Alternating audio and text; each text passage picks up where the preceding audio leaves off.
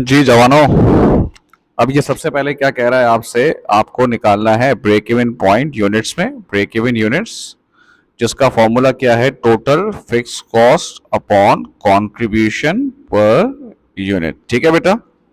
अब सबसे पहली बात है, आपको जो यहाँ पे फिक्स कॉस्ट दी हुई है वो कितनी दी हुई है, 36,900। अब कंट्रीब्यूशन पर यूनिट निकलता है कैसे, selling price minus variable cost. Selling price में से डायरेक्ट मटेरियल और डायरेक्ट लेबर माइनस करेंगे तो आपके पास आ रहा है कंट्रीब्यूशन पर यूनिट 18। तो ये हो गया 2050 यूनिट्स। अब वो बोल रहा है ब्रेक इवन रेवेन्यू बताओ। इसका फॉर्मूला क्या है, break even units multiply by selling price. Break even units है 2050, सेलिंग प्राइस कितनी है भाई, ऊपर देख लें, ये रहा 52, तो आ रहा है 106600। इसका मतलब है इतने का अगर हम सेल करेंगे तो नो प्रॉफिट नो लॉस होगा। ठीक है बेटा। अब उसका हम नेक्स्ट पार्ट देखते हैं। अच्छा, नेक्स्ट पार्ट में वो आपसे कह क्या रहा है कि calculate the increase in monthly margin of safety assuming all the production is sold. मतलब चेंजेस के बाद ये जो चेंजेस, ये 1 से लेके ये जो चेंजेस आपके सामने दी हुई हैं, इस चेंज को इनकॉर्पोरेट करने के बाद मार्जिन ऑफ सेफ्टी कितना बढ़ेगा। अब इसके लिए मुझे पुराना मार्जिन ऑफ सेफ्टी भी चाहिए होगा। मार्जिन ऑफ सेफ्टी यूनिट्स का फॉर्मूला क्या है, units minus break even units. तो देखो भाई, यूनिट्स कितने थे, यूनिट्स ये थे 2500, और अभी मैं मार्जिन ऑफ सेफ्टी में जो पीछे जो है, सॉरी, ब्रेक इवन यूनिट्स निकाल के आया, वो कितने निकाल के आया हूं मैं, 2050। तो हमारा मार्जिन ऑफ सेफ्टी यूनिट्स कितना आ गया, 450। चलें अब हम चेंजेस को, डेटा की चेंजेस को इनकॉर्पोरेट करते हैं। ये चेंजेस इन डेटा है, इसका मैंने एक अलग कंटेंट भी डाला हुआ है। ठीक है भाई। अच्छा, सबसे पहली बात है, मैं पहली चीज उठाऊंगा सेलिंग प्राइस। और देखो उसमें वो क्या कह रहा है कि सेलिंग प्राइस और डायरेक्ट लेबर जो है वो अनचेंज्ड है। ठीक है भाई, तो इसका मतलब है सेलिंग प्राइस भी मैंने लिख दी 52 और डायरेक्ट लेबर भी मैंने लिख दिया 18, क्योंकि उसने बोल दिया था अनचेंज्ड है। अब मैं बात करता हूं डायरेक्ट मटेरियल की। अब जरा डायरेक्ट मटेरियल के लिए आप पॉइंट नंबर 5 पढ़ लें। Direct material will cost less per unit as a result of buying in greater bulk. ठीक है भाई। Suppliers currently give a 20% paid discount but will give 25% paid discount in future.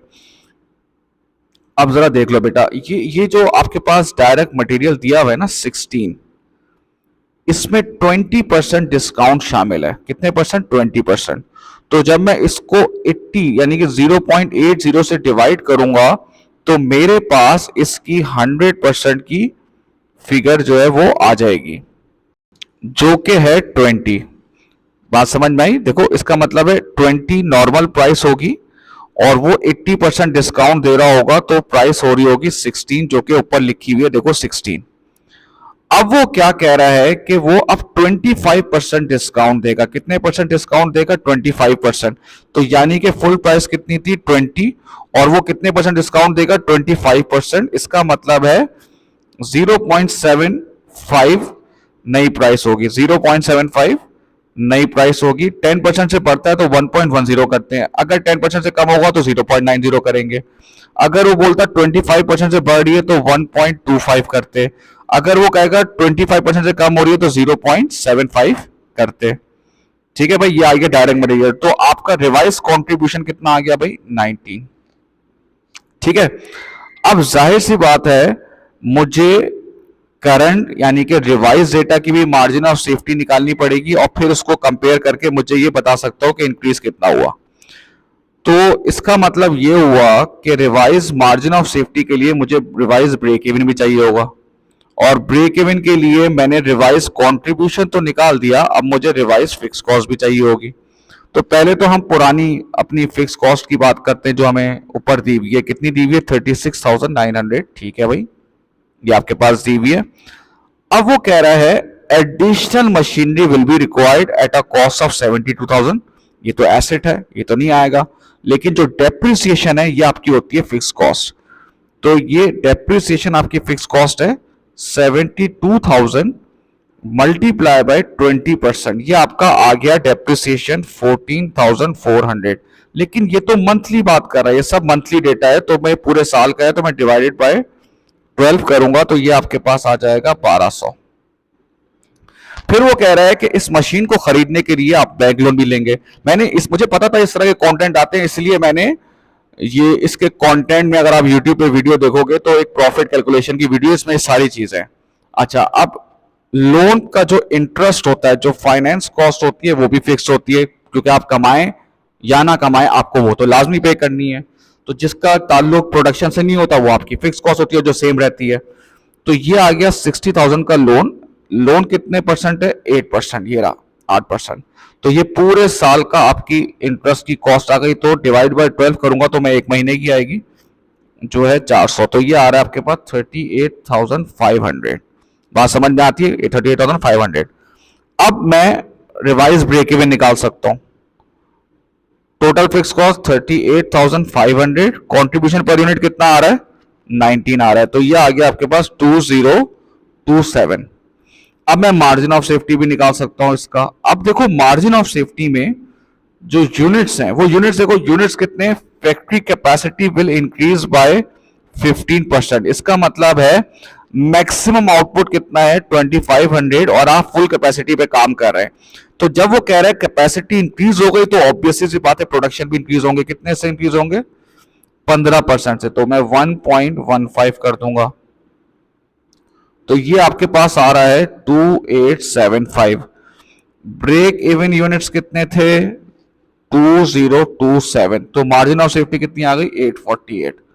सवाल क्या है? वो कह रहा है कितने से मार्जिन ऑफ सेफ्टी बढ़ गई। तो भाई पहले तो मैं ओरिजिनल मार्जिन ऑफ सेफ्टी बताऊंगा, ये लिखी हुई बेटा, ये 450। और फिर मैं रिवाइज जो अभी निकाली है वो है 848। तो कितने से बढ़ गई? 398 से बढ़ गई। ये इस चीज का आंसर है। अच्छा, अब वो कह रहा है कि 4 का डी, जिसमें 1 जो है वो कह रहा है ऑप्शन ए का बताओ, reject the new order from the new customer. अच्छा, अब जरा सवाल पढ़ लेते हैं फिर हम इसका। ये वही डेटा आपको एक तरह से दिया हुआ है। अच्छा, डिफरेंट डेटा दिया हुआ है, सेलिंग प्राइस, कंट्रीब्यूशन दिया हुआ है, फिक्स कॉस्ट, सही है। Currently the factory is operating at 85% capacity. अच्छा, ये 85, अभी इसका मतलब है इनके पास स्पेयर कैपेसिटी है। All product are sold to regular customer. The director are considering accepting an order from a new customer. The following details are available. भाई अभी तो न्यू कस्टमर के बारे में बात नहीं हो रही ना, ऑप्शन ए हम कर रहे हैं। ऑप्शन ए में न्यू कस्टमर नहीं है। इसका मतलब है ऑप्शन ए में हम पुराना जो कर रहे होंगे ना उसका ही करेंगे। बात समझ में आती है ना? ये तो नए कस्टमर को अभी हम नहीं देख रहे, ऑप्शन बी है। तो भाई सबसे पहली बात है, उसने बोला है ऑप्शन ए का प्रॉफिट बताओ। तो टोटल कंट्रीब्यूशन, इसके लिए मुझे चाहिए होंगे यूनिट्स। अब देखो वो क्या रहा है, फैक्ट्री की कैपेसिटी कितनी है? 18,000, मतलब 18,000 यूनिट उसकी कैपेसिटी है। करेक्ट, मतलब फुल कैपेसिटी कितनी है? 18,000। लेकिन ये अभी कितनी कैपेसिटी पर है? 85%। इसका मतलब क्या है? 18,000 में से ये बना और बेच कितने रहे? 85%, जो आ रहा है 15,300। अब आपको ऑलरेडी देखो कंट्रीब्यूशन पर यूनिट दिया हुआ है, मल्टीप्लाई बाय 8 कर दिया तो ये आ गया 122,400। और फिक्स कॉस्ट देखो आपको दी हुई है 52,000, तो ये आ रहा है आपके पास 70400, 15,300 बता रहा था। अब हम करेंगे असल चीज जो इसकी थी, और वो क्या थी? आपका ऑप्शन 2। ऑप्शन 2 में आप देखो एक बड़ा अलग ही बात कर रहा है। वो कह रहा है एक नया कस्टमर आता है जो मुझे 4200 पर मंथ का ऑर्डर देता है। The customer is considering making a regular order. चलो ठीक है भाई। The customer wishes the product to be package differently. This will add 0.50 per unit to the variable cost and will require investment in the new machinery, adding 1,000 per month to the fixed cost. सही है। The customer has offered to pay 24 per unit. अब जो option B है ना, ये बड़ा अजीब सी बात कह रहा है। Accept the order from the new customer, operate the factory at the full capacity and reduce the number of unit supply to the regular customer. कह रहा है भाई हम फुल कैपेसिटी पे काम करेंगे, अगर फुल कैपेसिटी से ज्यादा का ऑर्डर आ गया हमारे पास, तो जो हमारे रेगुलर कस्टमर थे, पुराने कस्टमर थे, उनको रिफ्यूज करेंगे, हम नए कस्टमर को रिफ्यूज नहीं करेंगे। ठीक है, लिटिल बिट थोड़ी सी अनयूजुअल बात है भाई, आपको वैसे तो नॉर्मल कस्टमर को नहीं भगाना चाहिए ऐसे। खैर, पहले तो मैं देखूंगा कि मेरी मैक्सिमम कैपेसिटी कितनी है। देखो मैक्सिमम कैपेसिटी कितनी है हमारे पास, 18,000। करेक्ट। अब देखो हमारे पास करंट ऑर्डर की सिचुएशन बताओ। एक तो मुझे रेगुलर कस्टमर ऑर्डर देते हैं, रेगुलर कस्टमर मुझे कितने ऑर्डर दे रहे हैं, जाहिर सी बात है जो 85% हमने निकाला था, जो कि कितना आ रहा था, जो चल रहा था 15,300, जो है वो हमारे रेगुलर कस्टमर के ऑर्डर थे। और जो मेरे पास जो न्यू कस्टमर आया है वो कितने का ऑर्डर लेकर आया है सर, वो लेकर आया ये रहा 4200 का लेकर आया है।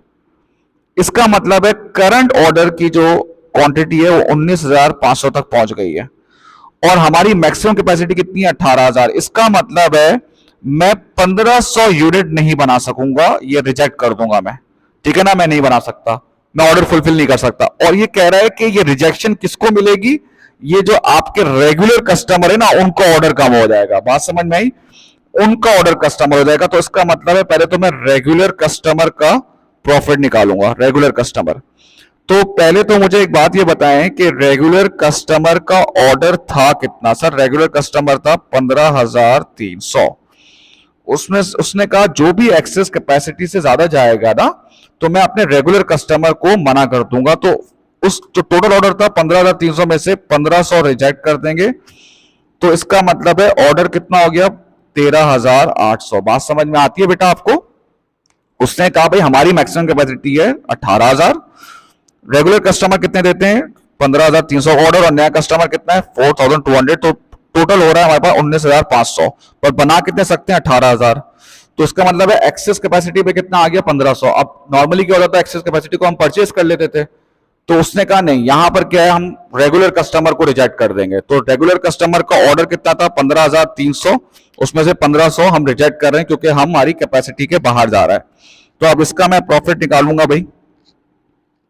तो प्रॉफिट के लिए कंट्रीब्यूशन 13,800 मल्टीप्लाई बाय, ऊपर देखो कंट्रीब्यूशन दिया हुआ है 8, 110,400। ये तो आ गया आपका रेगुलर का।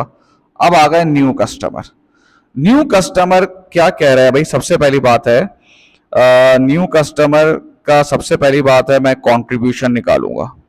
तो हमें नॉर्मल कंट्रीब्यूशन कितना दिया हुआ है 8। अब जरा देखो एक चीज, देखो ना एक चीज, सेलिंग प्राइस में से वेरिएबल कॉस्ट माइनस होती है तो आपके पास आएगा कंट्रीब्यूशन। अगर सेलिंग प्राइस बढ़ेगी, इनकम बढ़ेगी, तो ऑब्वियसली सी बात है कंट्रीब्यूशन भी बढ़ेगा, और अगर सेलिंग प्राइस कम होगी तो कंट्रीब्यूशन भी कम होगा। सेम ऐसे ही वेरिएबल कॉस्ट मतलब कॉस्ट खर्चा आपका बढ़ेगा तो कंट्रीब्यूशन कम होगा, सेम ऐसे ही वेरिएबल कॉस्ट कम होगी तो कंट्रीब्यूशन बढ़ जाएगा। अब इधर देख लें, इस सवाल में उसने, इसको मैं क्यों बता रहा हूं, तो भाई पहले तो वो बोल रहा है कस्टमर हैज ऑफर टू पे 24, मतलब पहले प्राइस कितनी थी 26, अब प्राइस कितनी है 24। तो प्राइस कम होगी, सेलिंग प्राइस कम होगी तो कंट्रीब्यूशन भी कम होगा। कितने से कम हुई है बेटा, 2 से कम हुई है। करेक्ट, प्राइस कम तो प्रॉफिट भी, कंट्रीब्यूशन की तरफ से प्रॉफिट होता है ना, प्रॉफिट भी कम। अच्छा, दूसरा ये साहब क्या कह रहे हैं, ये कह रहे हैं कि इन्होंने कहा है कि मैं मेरा प्रोडक्ट जो है वो डिफरेंट तरीके से पैक होगा, थोड़ा सा ये एटीट्यूड दिखा रहे हैं हमें। खैर, this will add 0.50 per unit की कॉस्ट बढ़ जाएगी, पैकेजिंग डिफरेंट होने की वजह से पर यूनिट की कॉस्ट बढ़ जाएगी, और जब कॉस्ट बढ़ेगी, वेरिएबल कॉस्ट बढ़ेगी, तो बेटा कंट्रीब्यूशन भी कम हो जाएगा। तो ये आ रहा है 5.5 का रिवाइज कंट्रीब्यूशन। अब इसका भी मैं टोटल कंट्रीब्यूशन निकालता हूं, इसके यूनिट्स कितने 4200, देखें ये लिखा हुआ 4200 पॉइंट नंबर 1 में, और 5.5 इसका कंट्रीब्यूशन है, तो 23,100 आ रहा है। करेक्ट। अब टोटल प्रॉफिट निकालना है, तो टोटल कंट्रीब्यूशन, पुराने वाले का कंट्रीब्यूशन कितना था, ये रहा 110,400, नए वाले का कितना आ रहा है भाई, ये रहा 23,100, तो ये आ गया 133,500। अब हमने फिक्स कॉस्ट निकाली हुई थी, फिक्स कॉस्ट हमारी कितनी आ रही थी 52,000। कहाँ है 52,000, ये रहा। और उसने बोला कि जो आपने नए बंदे का ऑर्डर लिया है ना, उसकी वजह से आपकी ये देखो 1,000 से आपकी फिक्स कॉस्ट जो है ये रही बढ़ जाएगी, ये आ जाएगा 53,000। तो प्रॉफिट आ रहा है आपके पास 80500। ठीक है बेटा जी। अब वो क्या कर रहा है, ई में वो आपसे कह रहा है, ई में वो आपसे कह रहा है कि एडवाइस करो कि इन दोनों में से कौन सा आप चूज करना है, फाइनेंशियल और नॉन फाइनेंशियल, और 7 मार्क्स का है। देखो भाई, जब भी ऐसा ऑप्शन आएगा आप दोनों ऑप्शन को डिस्कस करोगे, फायदा नुकसान बताओगे, ठीक है, उसके बाद डिसीजन दोगे और डिसीजन को एक कमेंट से सपोर्ट करोगे। ये नहीं डिसीजन देके छोड़ देते, ये मत करना भाई, डिसीजन को सपोर्ट करना होता है कमेंट के साथ। सबसे पहली बात है, अगर मैं बात करता हूं ऑप्शन ए की, ऑप्शन ए की तरफ अगर मैं जाऊंगा तो उससे फायदा ये होगा कि मेरे रेगुलर जो कस्टमर है उसका ऑर्डर जो है वो फुलफिल होगा। बात समझ में आई? रेगुलर कस्टमर के पूरे ऑर्डर फिल होंगे, लेकिन ऑप्शन ए जो है वो मुझे लेस प्रॉफिट की तरफ लेके जा रहा है, ऐसा ही है। और ऑप्शन ए में जो है वो हमारी फिक्स कॉस्ट भी कम है। तो ये दोनों तो फाइनेंशियल हो गए, पहला वाला नॉन फाइनेंशियल हो गया कि रेगुलर कस्टमर ऑर्डर फिल हो रहे हैं, वो खुश होगा। बात समझ में आई ना? अब मैं ऑप्शन बी की तरफ जाता हूं। अगर मैं ऑप्शन बी की तरफ जाता हूं तो पहली बात जो ये है, उससे एक तो मेरा प्रॉफिट जो है वो बढ़ रहा है, ऑल्दो फिक्स कॉस्ट भी बढ़ रही है, लेकिन प्रॉफिट भी क्या हो रहा है बेटा, बढ़ रहा है। प्लस आप जो है वो ऑपरेटिंग एट फुल कैपेसिटी, यहां पर ऑप्शन बी में आप फुल कैपेसिटी में आप काम कर रहे हैं। लेकिन नुकसान ये होगा कि कुछ कस्टमर, जो पुराने कस्टमर के ऑर्डर है ना, वो आपके फुलफिल नहीं होंगे। अब आएगा डिसीजन। भाई मैं तो ये डिसीजन इसमें मैं ओपिनियन मेरा ये दूंगा कि आप ऑप्शन 1 को चूज करो, ऑप्शन ए को। देखो रीजन पता है क्या है, आप ऑप्शन बी की तरफ जा रहे हो, ऑप्शन बी को चूज करने की वजह से आपके जो रेगुलर कस्टमर है वो डिस्टर्ब हो जाएंगे। और ये हो सकता है ऐसा ना हो कि वो बोलेगा कि ठीक है यार, जितने जो 200 जो कितने यूनिट उसके पूरे नहीं हो रहे, 1500 पूरे नहीं हो रहे, तो ठीक है 1500 मैं दूसरे से ले रहा हूं, बाकी मैं आपसे ले रहा हूं। देर इज अ पॉसिबिलिटी को बोलेगा ठीक है भाई, हम पूरा का पूरा दूसरे से सप्लायर से ले रहे हैं, तो इसका मतलब है इससे आपको ज्यादा नुकसान भी हो सकता है। तो इसीलिए मैं चाह रहा हूं कि ऑप्शन ए पे रहे, क्योंकि वो आपके रेगुलर कस्टमर है और ये आपका न्यू कस्टमर है। बात समझ में आई? ये सोच रहा है कि मैं आपकी तरफ आऊंगा, अभी ये कंफर्म नहीं है। इसके चक्कर में, टेम्परेरी के चक्कर में आपने अपने लॉन्ग टर्म कस्टमर को नाराज करना, और मैं इसके हक में नहीं हूं। ठीक है बेटा? एफ वो कह रहा है भाई एब्जॉर्प्शन प्रॉफिट के नुकसान फायदे बताओ। ठीक है भाई, अब एब्जॉर्प्शन कॉस्टिंग का फायदा क्या है कि वो आपको सेलिंग प्राइस सेट करने में आसानी देती है, क्योंकि उसमें वेरिएबल कॉस्ट और फिक्स कॉस्ट दोनों शामिल होते हैं। ऐसा है ना भाई, मार्जिनल कॉस्टिंग में तो यूनिट कॉस्ट में सिर्फ वेरिएबल कॉस्ट मौजूद होती है, और एब्जॉर्प्शन में वेरिएबल प्लस फिक्स कॉस्ट आती है। तो वो कह रहा है कि इसमें आप प्राइसिंग डिसीजन बेहतर कर सकते हो। दूसरा, एब्जॉर्प्शन कॉस्टिंग में फायदा क्या होता है कि हर यूनिट जो सेल होगा उसमें वो आपको प्रॉफिट कमा के देगा, यानी कि हर यूनिट जो सेल हो रहा है उस पर आपको प्रॉफिट हो रहा है, इससे ये फायदा होगा, क्योंकि जो आपकी प्राइस बेस कर रही है वो वेरिएबल प्लस फिक्स कॉस्ट के ऊपर कर रही है। बात समझ में आई? जबकि मार्जिनल कॉस्टिंग में हर यूनिट पे आपको कंट्रीब्यूशन मिलता है। ठीक है ना भाई? तो ये इसके फायदे हैं। Thank you.